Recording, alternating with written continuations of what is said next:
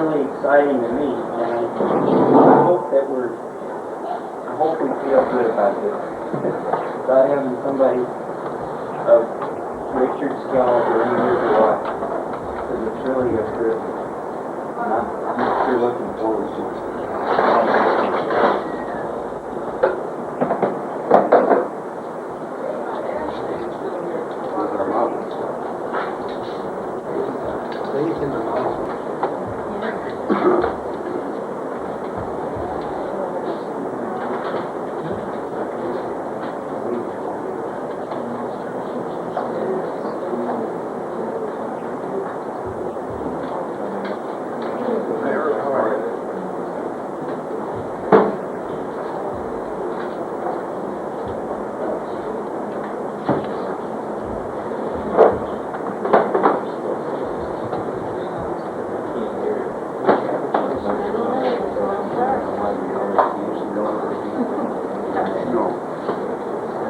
In the blue, I go for the deep, with the ultramarine, like Copobianco.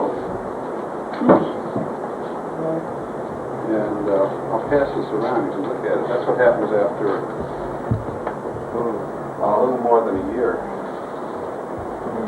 That's only north light, it's not not sunlight or anything, so it's not like it's got ultraviolet radiation or anything like that. It's just normal daylight.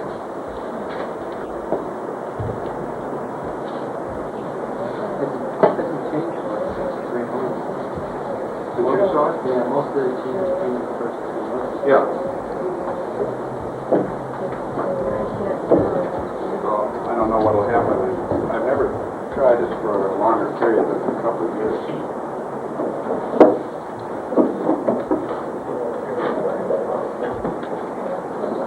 It's only affected in the light.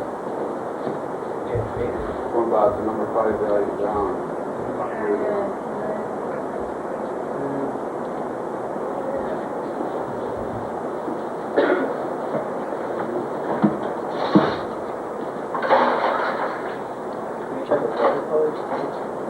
It's even worse than watercolors. Yeah. Because watercolor, you tend to use it much thinner than you really want to. It's the nature of the pigment, it's not the effect of its oil change. Because it's the pigment that changes, not anything else. Not Is the same thing that happens with scratch? Cadmium oil colors? I tested all the colors that I use here, and that's the only one that made any change at all. I've tested other colors that Winsor Newton makes that are on our select list that are it says permanent under all reasonable conditions or something like that. Like this beautiful color called Rose Doré. It's just gorgeous, and it faded out totally in all concentrations, and they sell it as a permanent color. So, but these colors that I've been using for 30 years now, Alizarin is the only one that shows any kind of weakness. Did you notice today in the paintings? It's hard to tell because I don't close off half my paintings. See, also, the paintings would not be set in a window. They would be set on a wall, and they wouldn't receive as direct a concentration of light.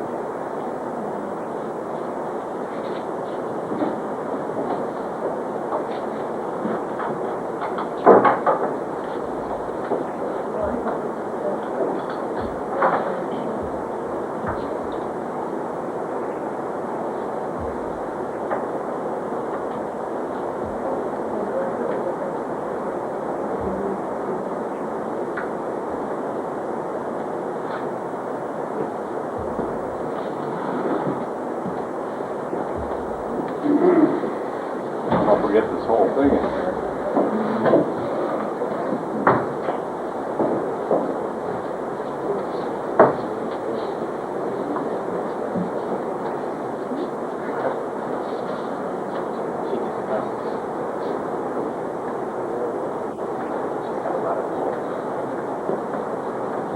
You try sitting in this corner. There's a horn in that corner there. Oh, that's going to be kind of awkward.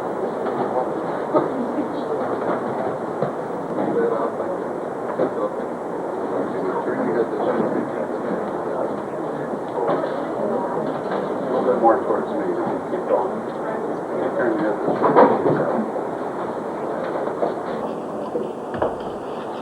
Did anybody actually do any landscape painting over the summer? How'd it turn out?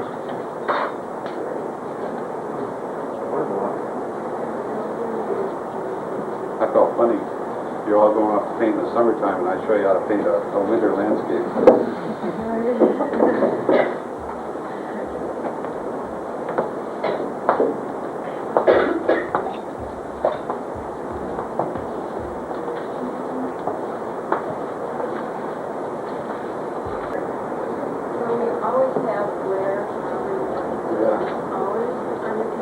Well, it's minimized in the North Light studio. The light is high enough, so the angle is very steep. The light should start at a point about 11 or 12 feet off the floor, about this far behind you.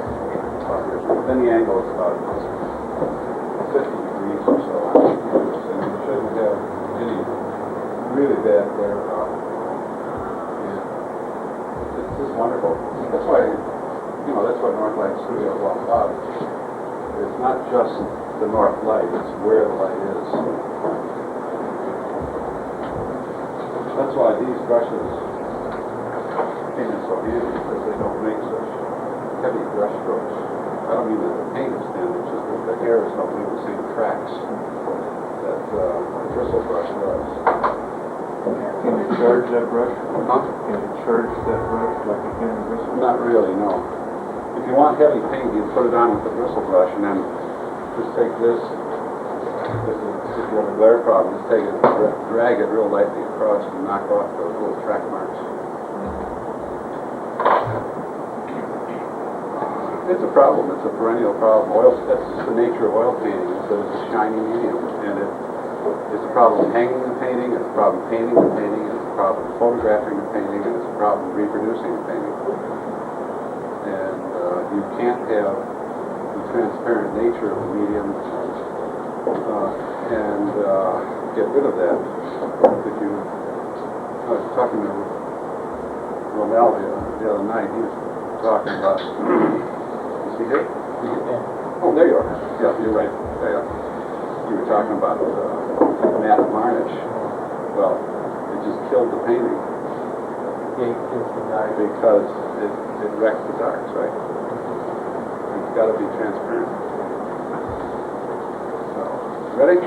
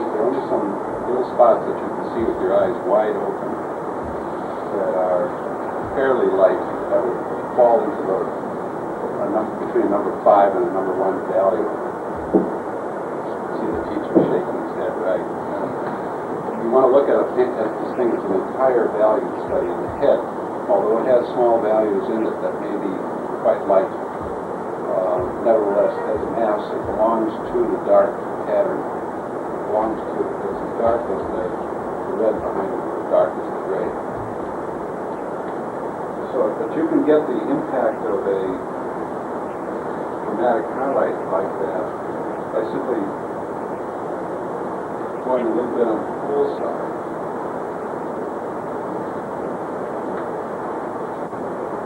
reversing the value relationship that's in this room.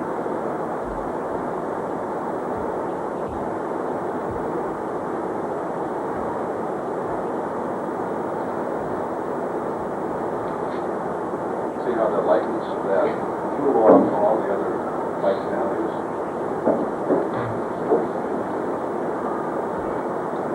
Gresham was very good at that in some of his paintings, that he would, if you look at some of the Indians he did, and some of the Polynesians paintings, the head is just like a black shadow. You ever notice that sometimes against a white background? But within that were all kinds of value relationships. They never popped out at you. They're too light.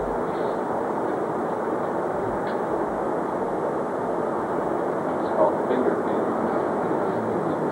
Schmid, why, you mentioned a cool value for those highlights. Is there a principle behind that, or is that just what you see? Is there what behind it? Is there a principle behind that, or? I don't know. I think it's the nature of glare as opposed to just plain light being reflected from the general area.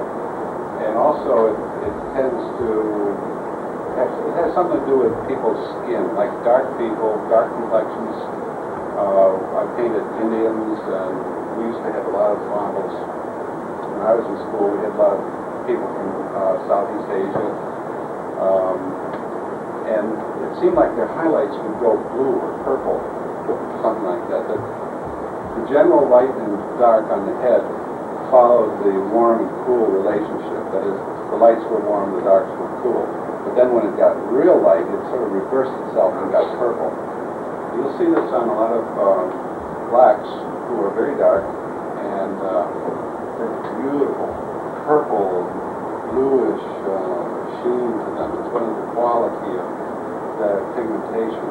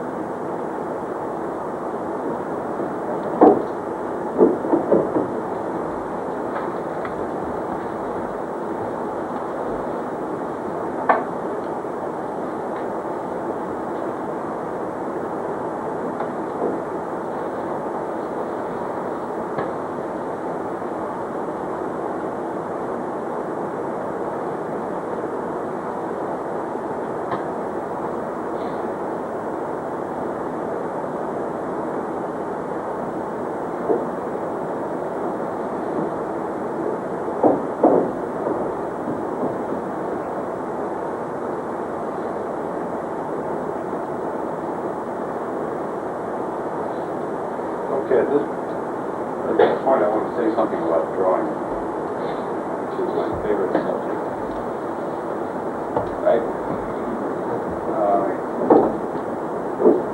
I've been working at the palette and chisel club for Academy, let's say, for about a year now, and watching my own painting and watching some of you who are members paint up there, and without exception, the one thing that always goes wrong in painting, or the one thing that I find that I have to criticize all the time is drawing.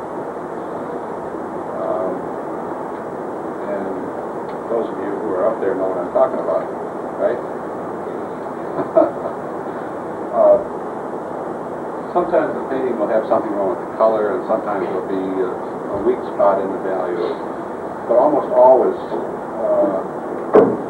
the painting needs to be rescued because there's something glaringly wrong with the drawing, and the person has gotten to a point and they've put something wrong on there and they've let it sit and not corrected it. I've seen people will start out, where's that other canvas?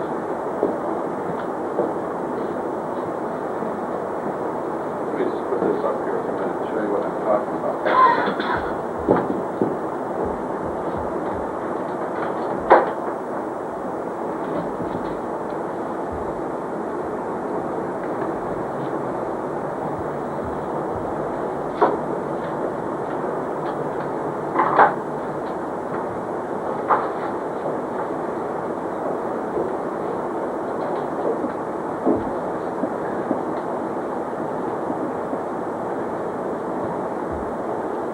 People, when you say drawing, they think in terms of something like this. You put the eyes in, and you indicate the nose and the side of the head, so on. That's not drawing as I'm talking about it. What I'm talking about is the relationship of shapes, color, and value on the head to one another.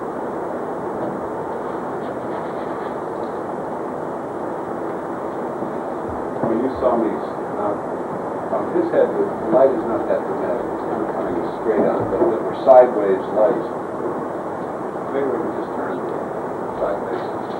Now, I don't know. You'll know what I'm talking about. Now, if you look at a head straight on, I'm probably telling you things that you others do. Most of us think eyes have a line at the top, a line at the bottom, a dot in the middle, and then you can see like high school kids draw.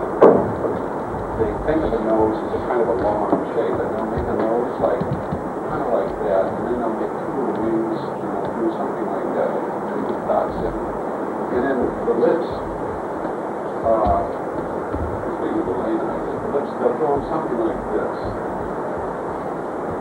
And that is what they see. They see the face, we're talking about just the face now, they see it in terms of dimensional symbols, like cartoon drawings, okay? But we don't see things that way, we're not supposed to. We're changing our way of thinking.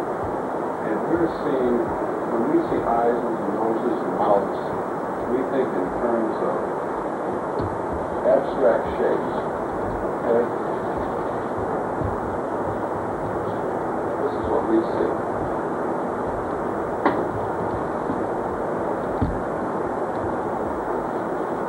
All with me so far? Okay? Two different things. This is what we brought up to see, and this is what we have to learn to see. Now, we have to see, more specifically, we have to see like this to get away from that early idea of lines around things.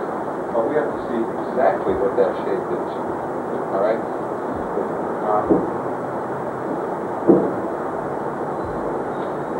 People see somebody who draws well, and they say, boy, I think you draw. Anybody who draws well is using the simplest technique there is, and that's called triangulation. When I look at him, and I'm put something down, I am not seeing anything differently than anybody else is seeing. All I am seeing is that, starting with his eye, if I draw a horizontal line this way, I'm going to run into the corner of his eye. And then I'm going to run into the inside ridge of his nose. Then if I run a line directly down the corner of his eye, I'm going to get the outside of his nostril. Right? That's triangulation. Thing. Okay? And I know that if I want to do his ear, I'm not just going to guess and say, well, it's out there somewhere, or draw those lines around the head like they do and say, well, it's going to meet at some point out here. All I have to do is put my brush over and say, their ear, the bottom of it is directly opposite the bottom of his nostril. Follow me? Okay? And you have to do this every stroke you put down. It's got to be just like walking. It's got to be that automatic. You don't think, I'm going to do this, I'm going to lift it up, I'm going to do that. The drawing business, this is to art what walking is to a pavement. That this automatic business of triangulating when you see something will put you in exactly the right spot every time you touch the canvas with your brush. If you know exactly what spot to put whatever it is you want to put down, then you don't have to worry about it anymore. You can then concentrate on the right color and the right value. And those of you who are working at the Fountain Chisel Club know that your color dramatically increases once you don't have to worry about drawing. Once that becomes such a discipline that it's automatic. And you never again get in the habit of just looking at the bed and saying, oh boy, I'm going to do this, and then I'm going to put the headband up there. Well, you never do that. From that point onwards, as soon as you say, well, I'm going to do the headband on here, the first thing that comes to your mind automatically is, what is it directly above that I know is already correct on my painting? Okay? That's why when you saw me start this, I just kind of laid some color in just for the general placement on the canvas. As soon as I satisfied myself that I knew where I wanted to put the head, then I went in and put 2 dots exactly where the eyes are going to be. And that was the point I said to myself, I'm going to make everything related to that because I know that that is pretty correct. So that's my speech on drawing.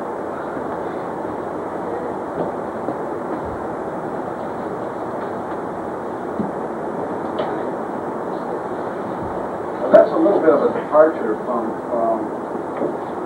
some of the ways of starting a painting. Which we were taught here at the American Captions when I was a student. There was one method which we had maybe 4 or 5 basic ways of starting a painting. One was a turpentine wash painting, which was like a sepia tone photograph. It was absolutely perfect, but it was only turpentine wash. Okay, we did that for about 3 days, and I just went in and tried to color it with opaque paint. The other way was to do something like that, but with a little more color, so that we got like a color wash. And we would try and do that in about the first half day. The time I'm speaking of, I was in painting class all day long. It was 5 days, all day long. We didn't have lights on. So you try and do that one morning, and then you get right into the painting. The most popular method of painting that Mosby used to suggest was to cover the whole canvas so that you had your whole composition in there, and to do it in kind of thinned down oil paint. It wasn't a transparent, but it was opaque paint so that you got pretty much the right color. And all the areas were in there. The head was in there, the hands were in there, the body, background, the whole thing. And you got all that down maybe on the first day or maybe the second day. And then you went in and you did some very careful painting. See? Well,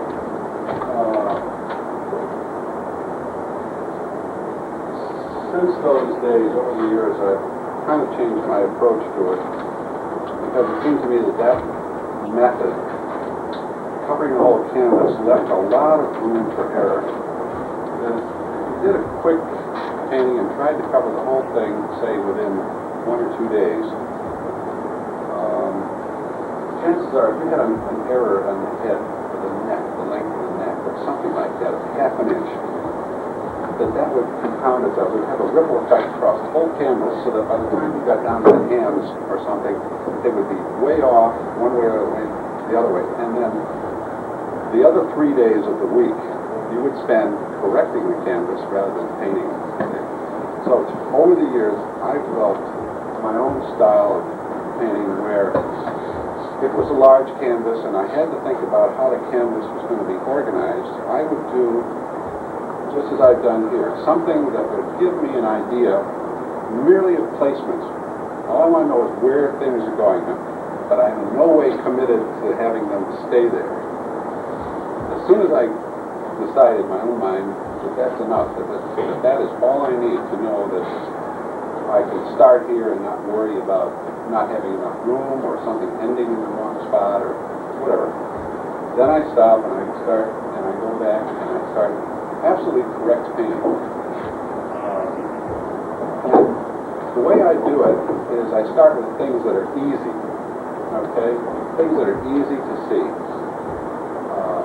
I found just with my own difficulties painting in the studio or painting out of doors that to go for the very subtle things, the complicated color relationships, to go for that right off the bat is sure death. On the other hand, to look at the subject and say, what is it about that is absolutely obvious? Okay, well, there are a couple of things. For one thing, there are a lot of darks in there. There are a lot of absolute blacks. And those are things which are easy to see. I don't have to worry about the color because it's black, all right? I don't have to worry about the value because it's the darkest value there is. So there's no trouble picking out the color or the value. So all I have to worry about is where does it go? And that's drawing. So I started with the 2 eyeballs. Now that not only gave me the 2 darkest darks, it also gave me the size of the head, the slanted head, in the direction he's looking at me. And from that point on, I could easily get the corners of the eyes, then I could get the eyebrows, going from one small distance to another rather than jumping to larger distances. By going small distances, you can judge them much easier. It's much easier to judge 1 step than it is 20 steps, right? It's much easier to see the distance, for example, between the bottom of the eye top of the nostril than it is to go from the eye to the bottom of the nose. It's a shorter distance. It makes sense. Also, it's easier to triangulate that way. It's much easier to look at the inside corner of his eye and see what falls directly beneath it than it is to make a diagonal line and see where it ends up. You're just guessing if you do that. So those are things that I think about when I paint slice of life. Is that more related to life size? If you're working smaller than... Oh, it works for everything. Because we're not talking about inches, we're not talking about measurements. We're talking about triangulations, what is opposite something, what is directly beneath something, and proportion. How far away is something? Is it twice as far? Is the eye twice as big as the nose? What are eyes 1 eye apart? We take units. I think in terms of, when I do the head, I think in units of eye widths, which is, I think, a pretty convenient unit. Everything in the head seems to be related to the width of the eyes. For me, I tend to think of eyes as, standard things like just 1 eye apart. When you first blocked in, that rough block, and then you placed the 2 eyes, Yeah. how did you decide how far apart those were going to be to make that face fit that space? I'm not, you mean the whole space? Yeah. Oh, because I'm not committed to that space. That is just the general area. See, I ended up out here. okay? But the actual side of the head was in here. So that when I put those two eyes in, it didn't matter where this was. That was only approximately. So that if I had decided that I wanted those eyes a little bit over here, then I might have used that. No, that's what I say. I make it vague enough so that it's not distracting to the point where I make a mistake and have to fit reality to something that's only approximately real here.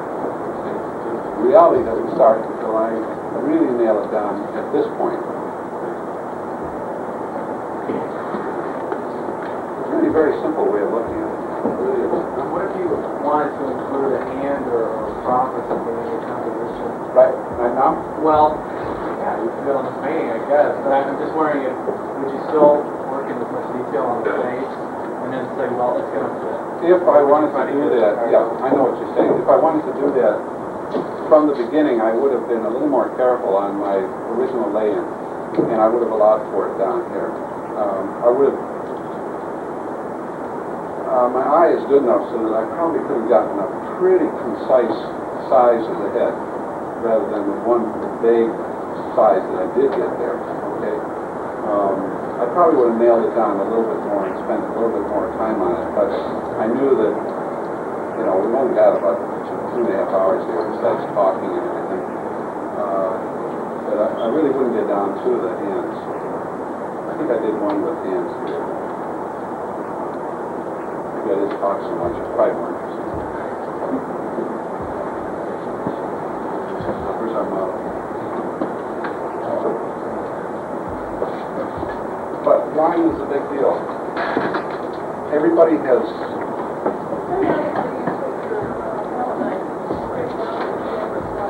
Oh, I just removed that glare problem. I had a little too much paint on the canvas, that's all. They used to talk, drawing was kind of poo-poo for a long time. People looked at drawing like it was like some kind of slavery to reality or something. And it was popular in a lot of classes, painting classes, because they think in terms of broad brush strokes and all kinds of techniques, and go for the color first and go for the big design. But I just found out that after watching a lot of people paint and watching myself paint, that the thing is not drawn well in the beginning. It's hopeless, absolutely hopeless. I'm only talking about representational painting where we are dealing with an illusion of reality. I'm trying to make a picture of what's there. Other kinds of painting and drawing doesn't matter one bit. Only what we're studying here. And Mosby used to talk about, Mosby was my teacher, for those of you who don't know. He used to talk about the words over the French Academy where David and Ang studied. It said, well drawn is well painted. And the guy who wrote that really knew what he was talking about. Years later, that because of the squeaky tightness of David and Ang and that whole school, that idea was poo-poo. They thought that it meant photographically drawn is well painted, and it doesn't mean that at all. When we say well drawn, we simply mean that the stuff is in the right place. How you put it down doesn't matter.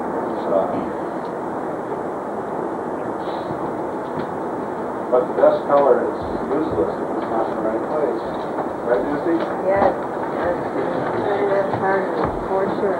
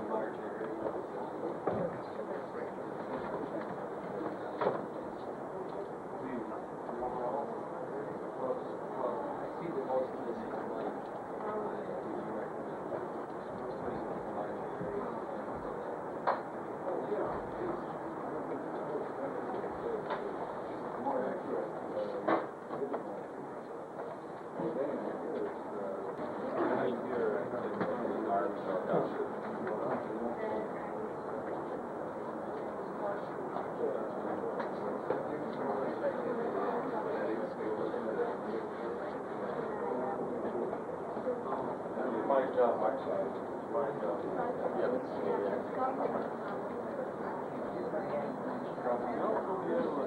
Things like that.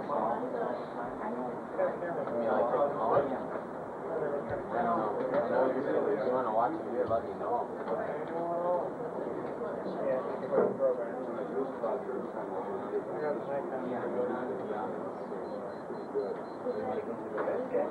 In the studio, I don't use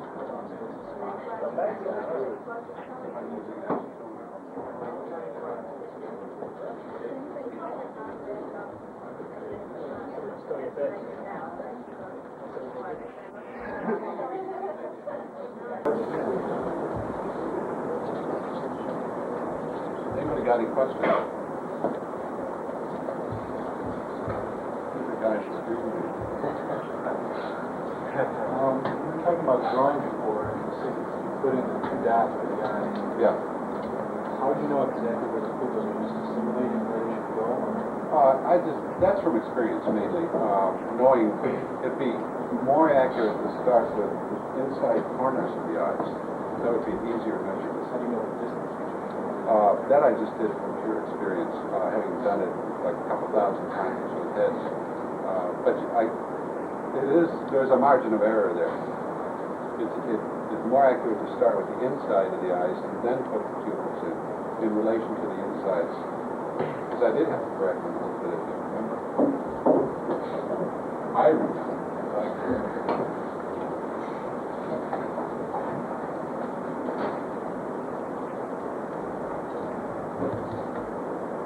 This awareness of the importance of drawing doesn't come from just watching other people paint. It comes from watching myself, watching my own mistakes.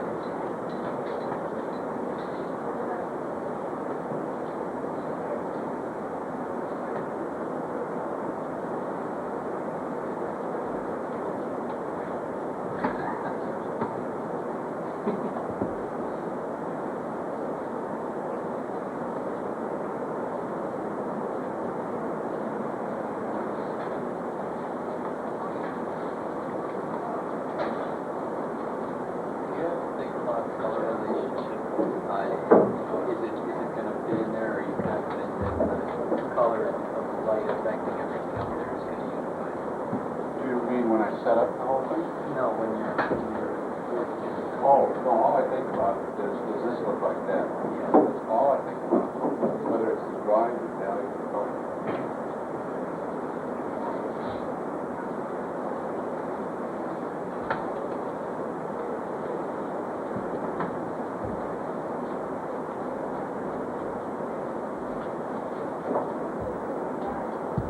It's like a spear sticking out of your chest.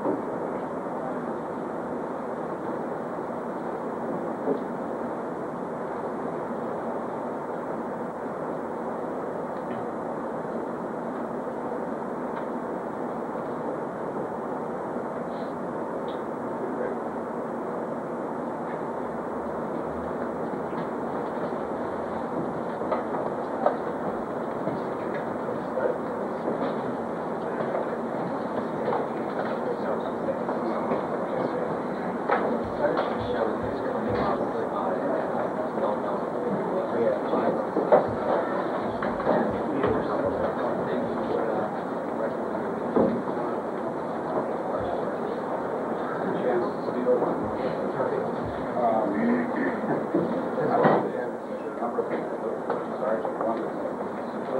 this baby on film.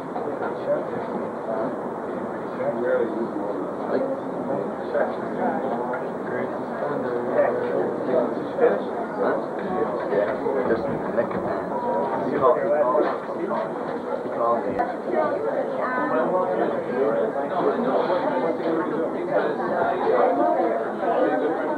Because I guess they finally discovered that somebody, when they came up, I know someone directed it was they said, no, right in front of These two guys probably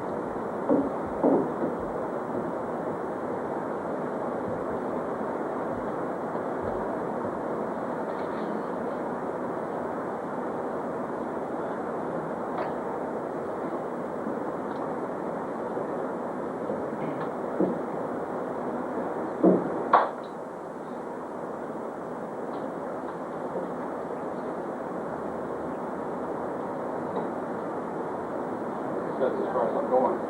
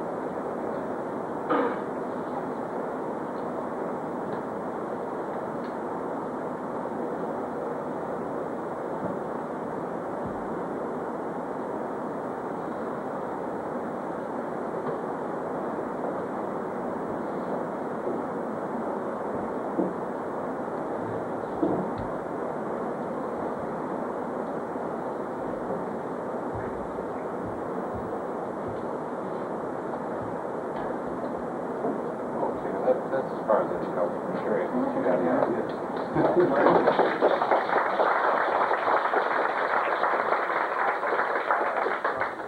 What was it? I like to choose to make it highlight fire and smoke. This one? That's the way it looks. If they're uniform, if you put these highlights in so that they're exactly the same, it has that beady Hollywood look, you know, where they have the big lights on. They're almost never the same because the eyes are different shapes. They might be the same in a little baby. Once you're an adult, your eyes are different. And the highlight doesn't quite catch the same. Like on this one, the highlight brought on the bottom of the lid. And here it's brought on the pupil itself.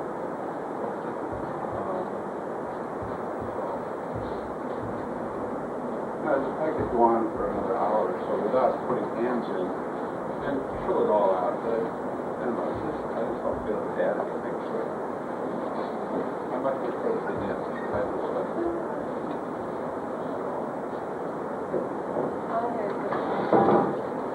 You named the reds and the color reds you use and yellows that you recommend.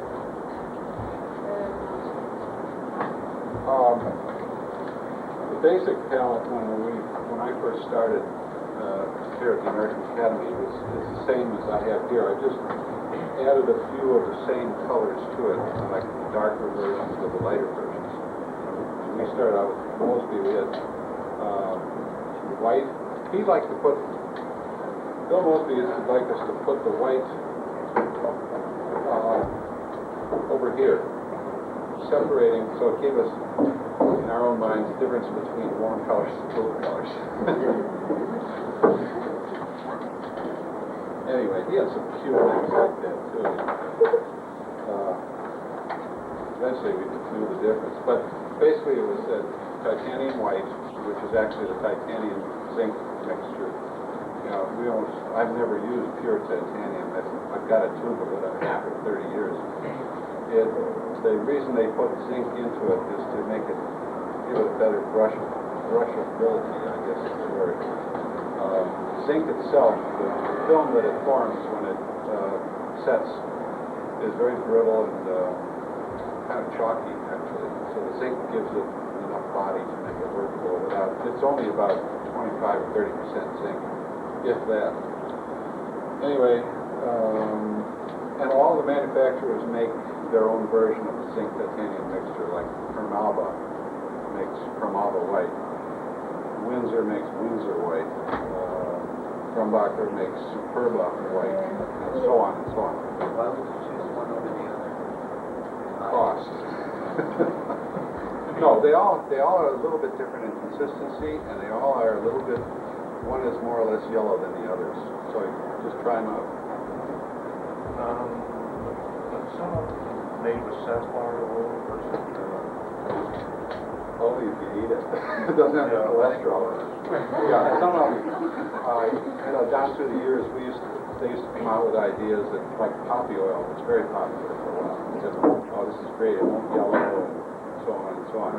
I don't know really. I really have no idea why one is better than the other. I don't notice any difference. Right.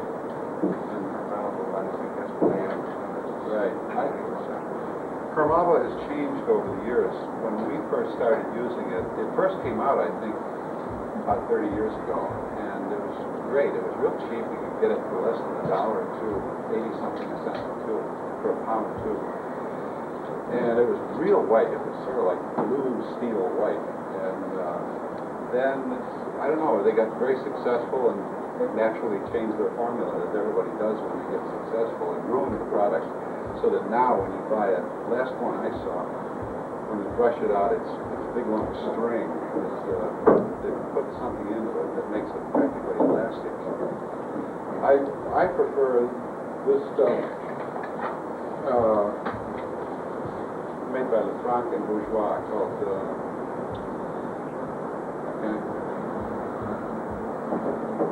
this is not the finest. They make a finest version which has less oil in it. It's very stiff. This you can order it through Goods in Evanston. I first found it in New York at New York Central Supply. The Franc are very fine paints. The whole line is fine. And they're not that much more expensive. In fact, I don't think they're even as expensive as we would do. And the tubes are bigger. It's more than a pound. It's whatever 250 milliliters is. There's a lot of paint in there. This will last me about a month and a half, average painting. And I paint, how many, 5, 7 days a week sometimes. But it's great. I've made tests against all the whites that are on the market. Or even Sennelier, that really fine French paint. This is by far the whitest of the whites.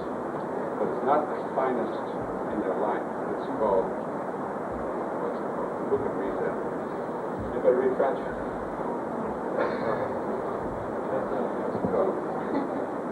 It's just,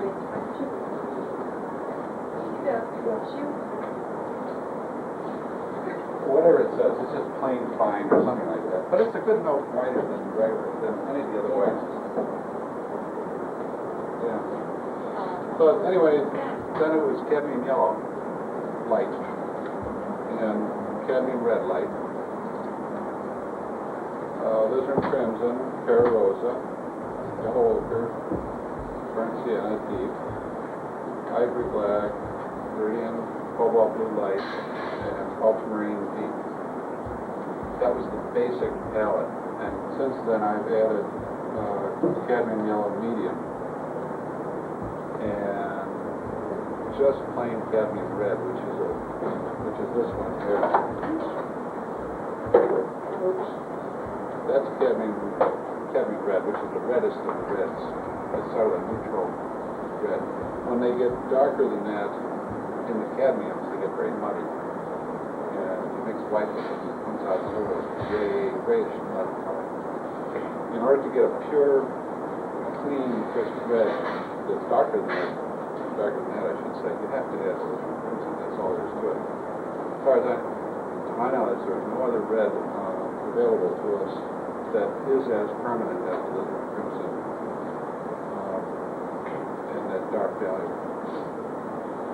Yellow ochre is made in yellow ochre or yellow ochre light, and by far the yellow ochre light is the most useful color because especially in here we're mixing a lot of flesh tones. The yellow ochre plain is too dark.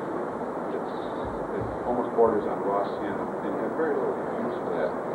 You almost always, if you use just plain yellow ochre, you almost always have to use a lot of white with it, or if that makes it too chalky, you have to add yellow to it. So you might as well start out with yellow ochre light. Cara Rosa, I use the Grumbacher finest Cara Rosa, which is the warmest and sweetest shade of Cara Rosa on the market. There are a lot of other reds almost identical. English red, Indian red, how many others? Everybody's got some kind of red. They call it light red, yeah. But they all go cool. This one goes warm, which fits right in with both this light and North Daylight painting. Burdick, they only make one Burdick. Cobalt blue, I use cobalt blue light, and ultramarine, I use ultramarine dark, just to get a bigger spread between the blues that are available to me on the palette. They make a thing called French ultramarine blue, which is a lighter version of ultramarine. That's cadmium red light, and that's cadmium yellow medium.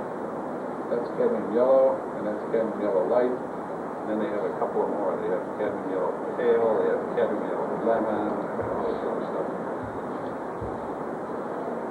So, the nice thing about this palette is that I'm told by Mosby that it was basically the palette that Rubens used. Now, he didn't have our modern colors, of course, but the shades that he used were basically these, and the pigments, I think they had the cadmium pigments in those days, were the same. So it's an absolutely permanent palette except for the one weak spot in the lizard crimson. And it's got a warm and a cool each color. Warm yellows would be these, and the cool yellow being yellow ochre. Warm reds being... Thanks very much. You see the painting? Just time to put the glasses on. You gonna go home like this?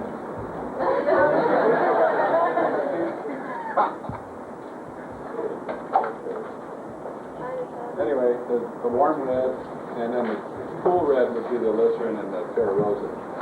And warm and cool blue, the ultramarine is a warm blue because it goes towards the red. It's sort of towards purple.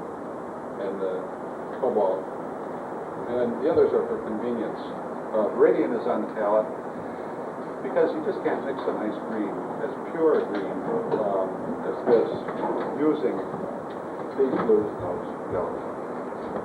So that's the palette.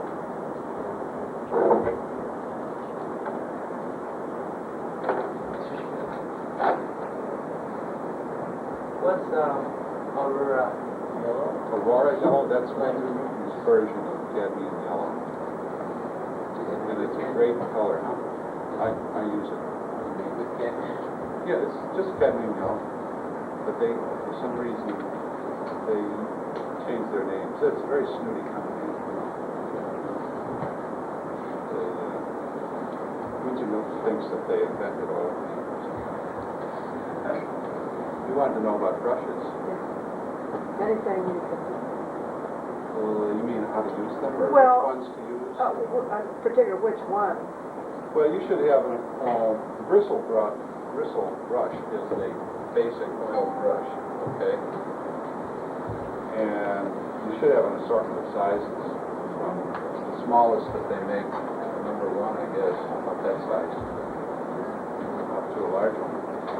And they make the long ones, I think they're called Brights.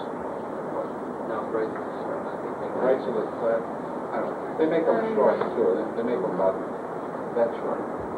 Those are Brights with a flat straight. I haven't bought them any in 30 years, so those are useless. The bright are. Like a sweeping steak. They are. They really are. They're like working with chisels. Unless you have a technique that calls for a real choppy, blocky stroke, they're no good for here. You want a brush that has give to it and has subtlety to it. And the Egberts are the same things except they're rounded on the edges. I'm sorry, Filberts. Egberts are just real long bristle. I like the Filberts the best. Because they give you a softer stroke on the edges.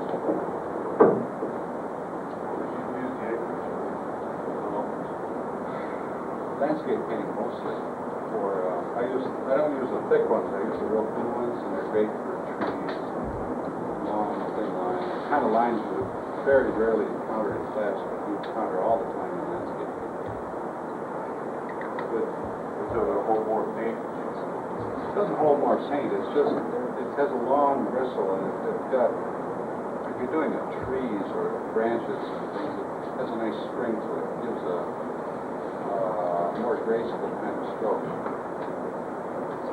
I saw a brush advertised, paint an entire tree with this brush. It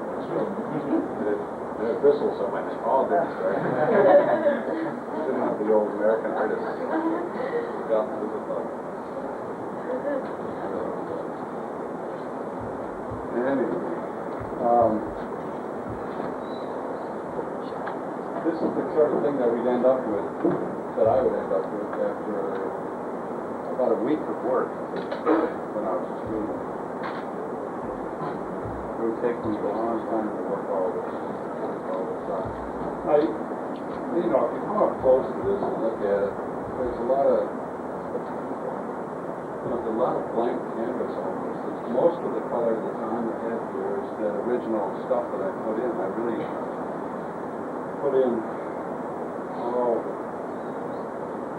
4 or 5 basic strokes to get the eyes themselves. I did the pupils, a little bit on the tops, a little bit on the outside edges of each, with the bottom lid, half the shadow. Then I put a little indication for the whites of the eyes. That pretty much delineated the eyeballs, and those are all the elements I needed to give you at that distance the illusion that this was the head. I mean, those were the eyes in the head. and then maybe 2 or 3 strokes for the darks in the eyebrows. Then, as I remember, about 3 or 4 strokes to give us the highlight right above the eyebrows. You know, see how simply you can analyze this if it's painted simply and it's painted accurately. You don't have you can remember what the sequence was. And then going down, a stroke that gave us the side of the nose. Although I didn't say to myself, I'm doing the side of the nose. I said to myself, there's a value over there that does this, you know. And it was 1 stroke down and a little wisp of value going that way. That's technical language. And then I like, when I draw, I like to balance things constantly. That is to say, having done that, then I go to the other side of the nose and get that part right. See, always working things together that occurred in one piece of the body. Then the 2 nostrils gave me the bottom of the nose, a little dark to the side, a warm value to show that the nose had a slightly different pigmentation than the cheeks did. And then a highlight where the nose came out, and a highlight where the nose went in. And that gave us the nose. See, that was what? 1, 2, 3, 4, 5, 6, 7 strokes gave us the nose. And then more structure than the cheek. But see, I built the whole thing on the basic value of the flesh tone that pretty much delineated the entire head. Now, in a situation of dramatic side lighting or top lighting, or any kind of directional lighting except the one I have here, which is pretty flat, it would not be this simple because the head would be much more sharply divided into light and dark. Light would be the color in the general dark and the color in the general light. And then with more dramatic lighting, the objects that fall within the light side of the face would form a kind of a dark pattern against that. Just like I did there would have been maybe a dark to the eye socket on both sides, and then the dark down the side of the nose, and so on. Okay? So it'd be a more complicated thing than this was. Although, in a sense, this is more complicated than the side lighting would be, or more dramatic lighting, because it's more subtle. Okay? There's a lot more modeling involved here. While there are fewer things to deal with as a problem, at the same time there are fewer things to latch onto to explain the form. So there's problems on both sides. Getting below this point down to here, it got easier and easier for me as I went along because being careful up in here, everything else just seemed to fit. I mean, it just seemed like the mouth went in the right place. It just couldn't go anywhere else and still look like it. And so, latching on to easier and easier things, instead of going to the mouth first, I went to the easiest thing to see, which was the dark of the mustache. So I delineated those. And right away, because those things were so easy to see on him, I was able to get the slant of the mouth, where the corners were, where the bottom was. And in doing the mouth, one of the first things I did was to put that little bit of, what they call that thing there, Zandite business. That was easy to see. It was so dark. And then the next easiest thing to see in the mouth is the highlight on the lower lip. Going from simple thing to simple thing to simple thing, therefore getting correct thing after correct thing after correct thing. And that gave me the confidence to go down here and then zip up to here, and then it just went real fast. You saw how just bang, bang, bang, that all happened. See? And the only reason I stopped was because I ran out of space down here. And I just could have done it in no time at all. After a certain point, it paints itself. See? Now, if there were hands involved and all that, then it's a little bit harder. But when you go from right thing to right thing to right thing, as soon as you make a mistake, bang, it shows up. And never stop there and leave it. I mean, you should stop there, but never leave it and go on. Always. Some people say, oh, I can see that's wrong. I'll just correct that because it's not important. Well, it is important. Because everything in the painting is relative. And everything that's already on there affects the appearance of what you're going to put on next. And if you have something wrong on there, if you do put something right on there, you won't know it, because you're comparing it to something that's wrong. If you have something that's right on there, and then you put something right on there, it looks right. And then you can go on and paint unfolds like you're reading a book.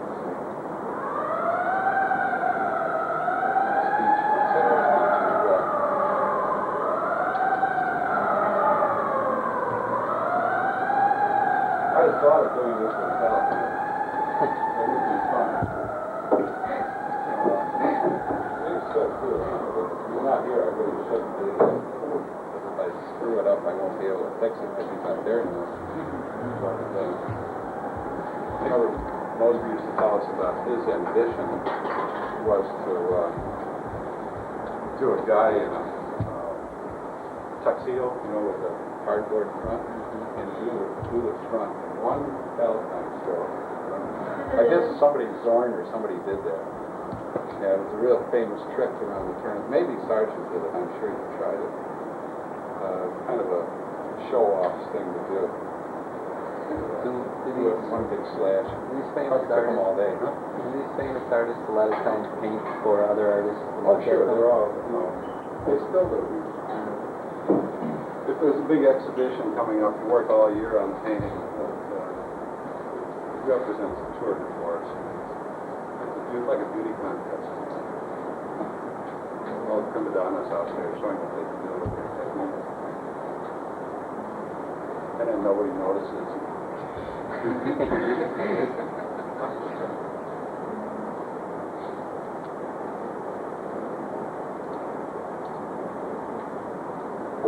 Anybody have any questions? The longest you've ever worked on one piece of canvas before stopping? The longest? Yeah, from the start to finish. Well, the longest I ever worked on one was, it happened to be a mural for a church. It was 750 square feet. And that took me 4 months. But on the average, a long painting for me would be a week. Say five working days. On the average, I finish painting in 2 days at the most. Then I lose interest. What's the reason that it took you, it would take you 5 days to be a tricky lighting or? Oh, yeah, if I was interrupted or I didn't get the full-time painting coming in, or if I was making a lot of changes as I went along. Sometimes, like, I'll do a still life, it'll take me a week because I set up the whole thing, say it's flowers or something like that, and after 2 days some of the flowers are wilting, or maybe I decide to change something around. Does that sound familiar? And I go around and buy some more. For a couple of years I used plastic and silk flowers. Do you ever have several paintings going at once? No, I know guys who do that. I talked to a guy out in Denver, I forget who it was. He said, I've got 5 paintings going at once. I've got 5 different easels in my studio. I said, that's like giving 5 different speeches at one time. Not really, but no, I couldn't. I don't have concentration to do that. Though I don't know if that really is concentration. I don't think you think about the other 4 like you're working on it. I think the idea of it is to not think about something else and get a change each time you switch.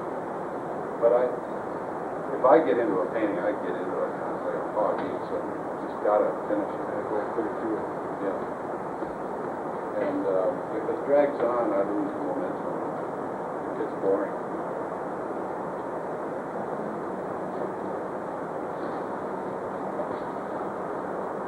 I don't know how you guys do it 5 days a week. I know I did it once. I know why. It's so darn hard that you need the break. But after the 4th day, when it still isn't getting any better, I don't know.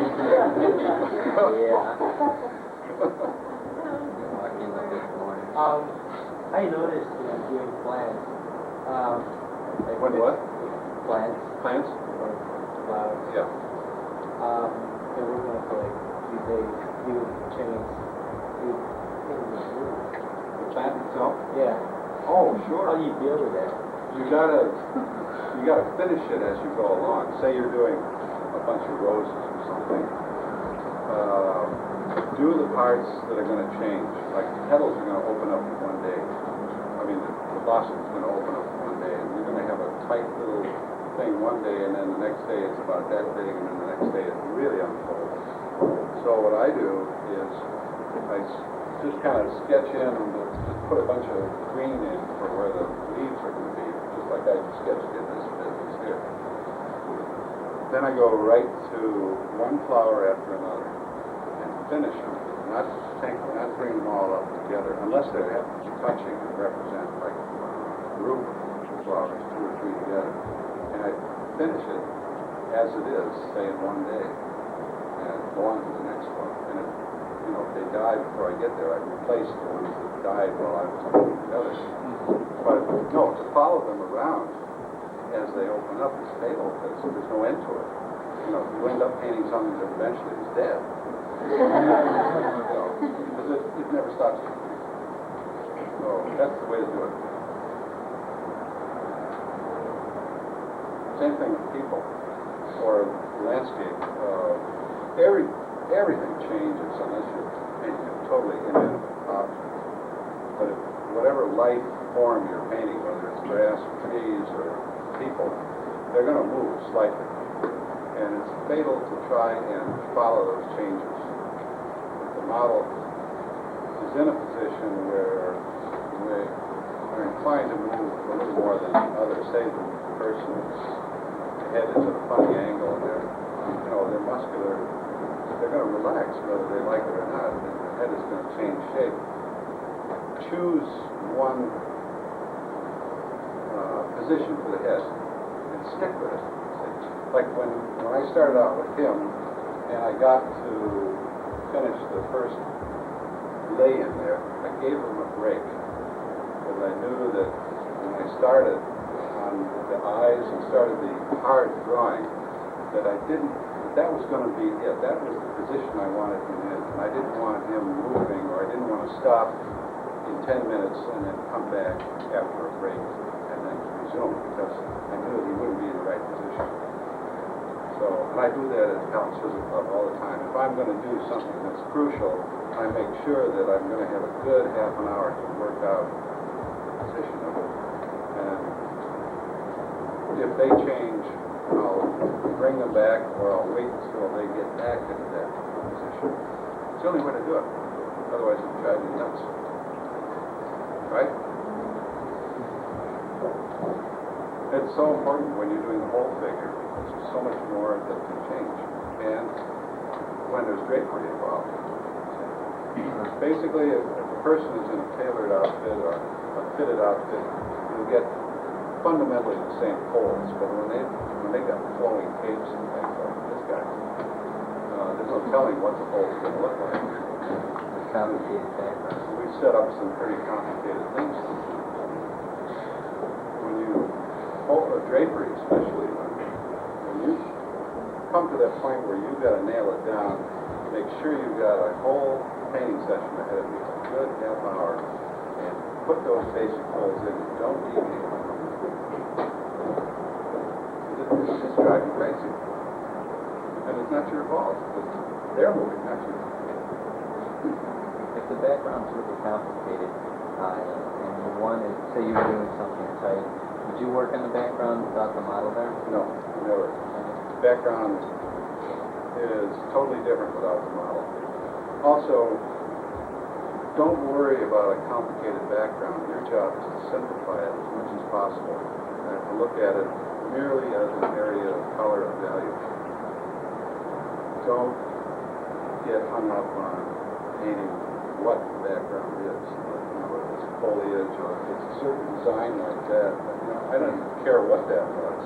What I tried to find was a color that approximated the whole thing if I were to mix it all up into one color and try to look at it as an average value. Now sometimes you get a dramatic design, you know, really bold design, you just can't do that.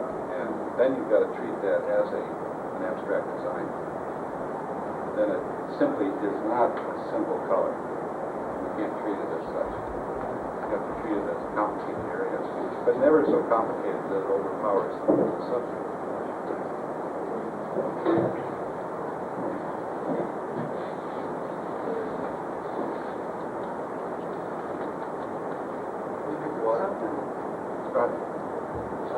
I just wondered I know in your landscape book, I wondered if you've got a favorite way of developing a painting, because I remember in one of your demos in your landscape book, you zero in on your center of interest. I think it's Right. an old building, a barn or something, and you practically finish it before you That's have much right. else going.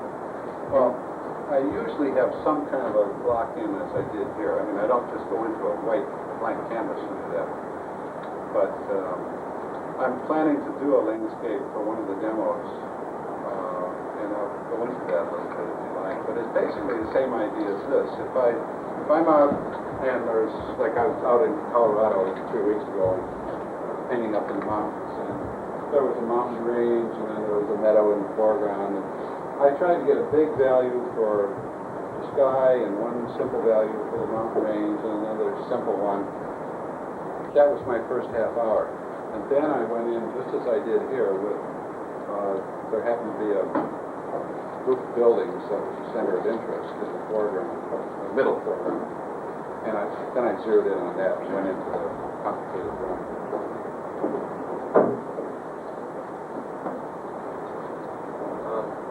Watercolor now, give you a real detailed drawing beforehand? No, I don't do, I rarely do any drawing at all. It's direct painting with watercolor. You know, it's something that is nerve-wracking to go into it like that without any kind of a drawing. A lot of people would do a pencil drawing. The thing that always disturbed me about that was that it's so hard to erase your drawing. I don't like pencil lines showing in watercolor. Even though I love the work of Charles Reed, who leaves all of his lines showing. The reason I like his work is that most of the work I've seen of his, and I had a show with him in February of last year, or this year. All the paintings in that show were demonstrations that he had done. He does a lot of, I think he does more demonstrating than he does painting. I mean, studio painting. He's always somewhere. He's just gotten back from Newfoundland or someplace like that. And he just sent in all the watercolors. They weren't even matted or anything. They were just rolled up in a tube. And some of them were stolen in the mail, but they were all demonstrations, and he had done a quick sketch in pencil and then gone right in with the watercolor. And the pencil lines didn't bother me a bit. But sometimes like you'll see him in a Winslow home or sometime, and I thought, if only he had gotten rid of it or something. You know, one thing you can do is do a sketch in soluble watercolor pencil, which, when you wet it, will blend in with the thing. I don't know how well Is it that sketchy quality of Charles Reed's work that you don't mind these pencil lines? Yeah, it fits in. It fits in with the sketching. As you said, that quality of the sketch. It's just his skill at the draftsmanship is so good. He doesn't give a darn about color. His color is adequate. Okay? And even just putting color that doesn't exist, just using whatever's on his palette as a value. At least that's what it looks like. But it's right in the right place. Did you like his value range? Huh? Did you like his value range? Well, it's hard to say because all I'm seeing is the results of what he does. I don't see what he's working from. I don't see the model. I don't see how well he achieved what he wanted to or how close he came to what I saw. It'd be interesting to sit in on a demonstration sometime. Maybe the school could inquire about getting him here sometime. I think it'd be a great idea. They got a tape downstairs. Have they? Interesting. I didn't know he did.